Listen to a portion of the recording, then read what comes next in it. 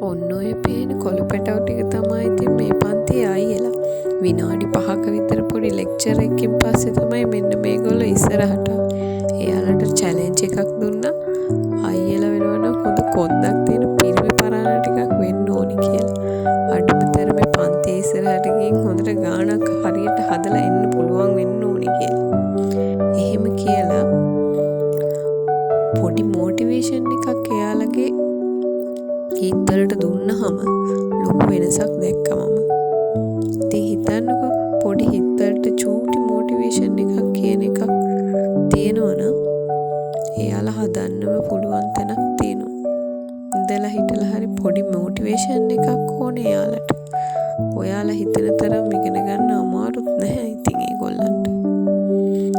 ඉතින් හිතන්නකෝ පුංචි ප්ලෑන් එකක් හදාගෙන ඔයාගේ ඉගෙනීම් වැඩ ටික ඉස්සරහට කරගෙන යන්න තියෙනවා නම් හොඳයි නේද? පිළිවෙලකට පටන් ගන්න එක තමයි ඕනේ.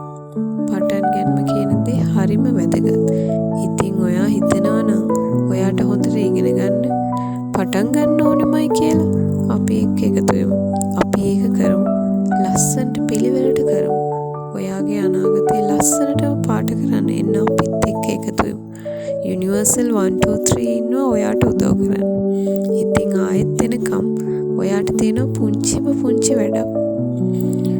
ඔයා ඔයාගේ වටපිටාව ඉස්සෙල්ලම පිරිසිදු කරලා පිළිවෙල තැනක් බවට පත් කරගන්න ඕනේ.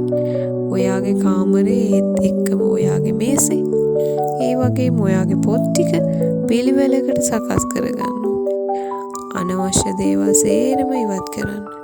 ඔයාට ඉන්න හිතෙන තැනක් ලස්සන ස්ටඩි රූම් එකක් ඔයා හදාගන්න ඕනේ. ආයෙත් එනකම් ඔන්න ඔය පුංචි දේ කරන්න. ගිහින් එන්නම් පරිස්සමෙන් සතුටින් ඉන්න.